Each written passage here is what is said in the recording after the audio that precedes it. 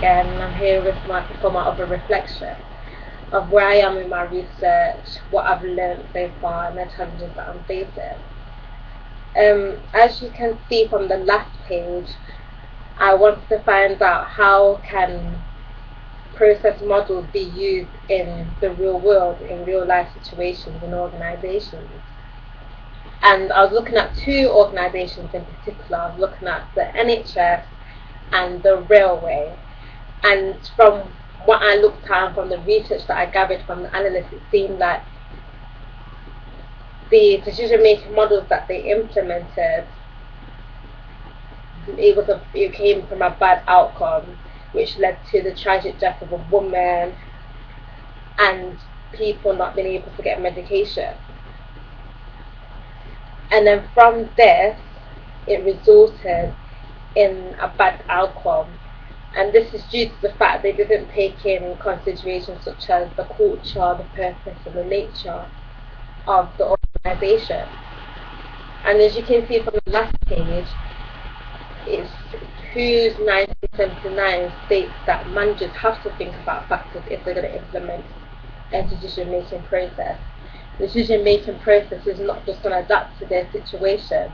They have to think about situations about how will the decision have goals, how will it meet objectives of the organisation, how will people be affected by the decision that you're going to make, what is the frequency of this type of decision, and what is the pressure of you implementing this type of decision in your organisations. And as you can see, it had a great deal of the organisation, especially railway, which led into death.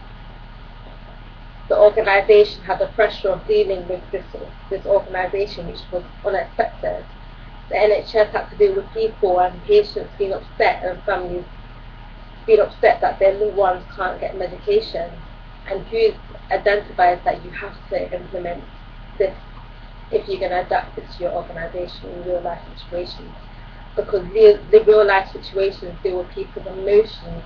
It takes into account how people's going to feel, the time, the pressures, which the decision models do not outline to a manager. So therefore, I want to find out which organisations, if they have implemented a decision-making process, and whether they've made changes to it so it adapts to their organisations. And I had two interviews. One was Sharon Bramwell and one was Charlene Bramwell.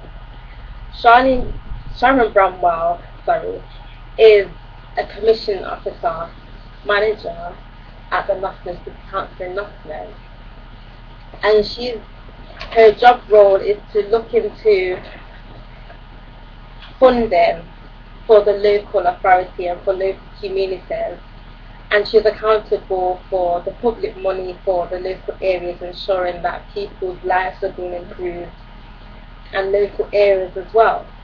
But due to cost again, she's having to consider cost in her decision making process.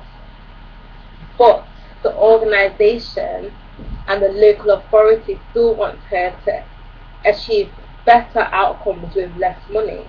So as you can see, the decision making process is giving her pressure of making sure that she's keeping down on her costs.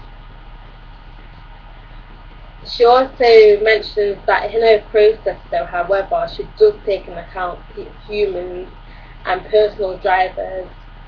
She ensures that she personally takes into account of the views of the clients and the end users who's going to be affected by the decision that she makes.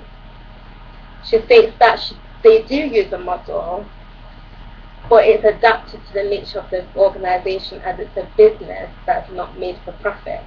So they're not thinking about cost, even though they are, because due to the recession they have to cut down their costs, but they're making sure still that the local community lives are still being improved.